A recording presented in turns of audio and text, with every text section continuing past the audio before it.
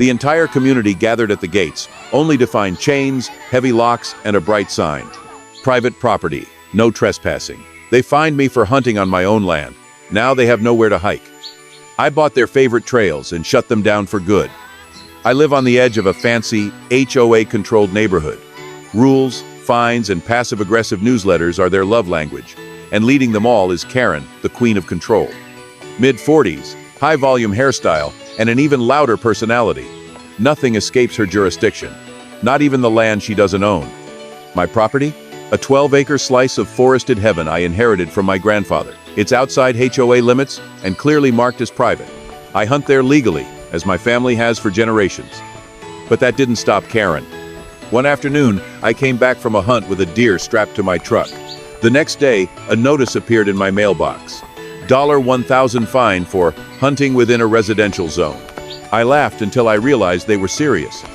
I wrote back with maps, legal records, and state law references proving my land was not part of their HOA.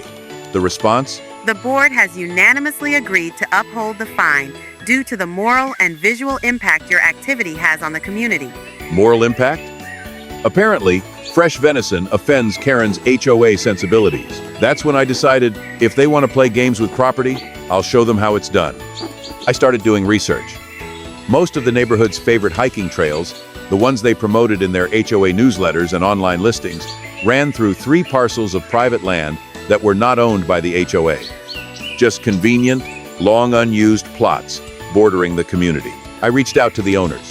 One was a retired couple looking to downsize. Another was a widow who hadn't visited the land in years.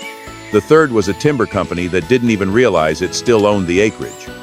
After some negotiation and a not-so-small sum of money, all 3 parcels were mine. I waited until the ink was dry. Then I locked every single gate.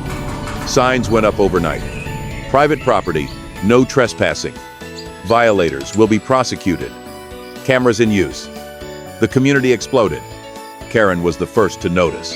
She marched down in her joggers, water bottles swinging, expecting her usual morning loop. Instead, she found thick chains and a shiny new lock.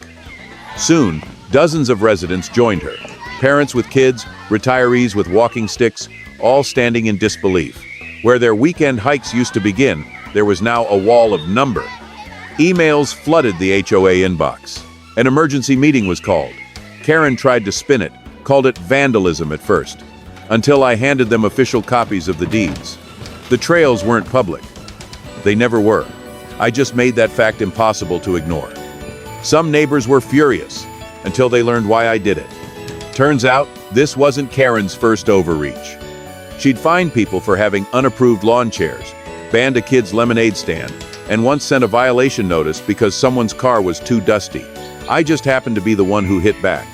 The HOA offered to rent access to the trails. I declined. Then they offered to buy the land back for less than I paid. I laughed. This wasn't about money. It was about boundaries, the ones they crossed, and the ones I now enforced. 6 months later, the trails are overgrown. The HOA's reputation is in tatters.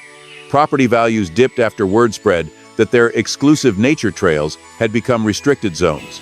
And Karen, she still walks by the locked gates, pretending it's all just temporary.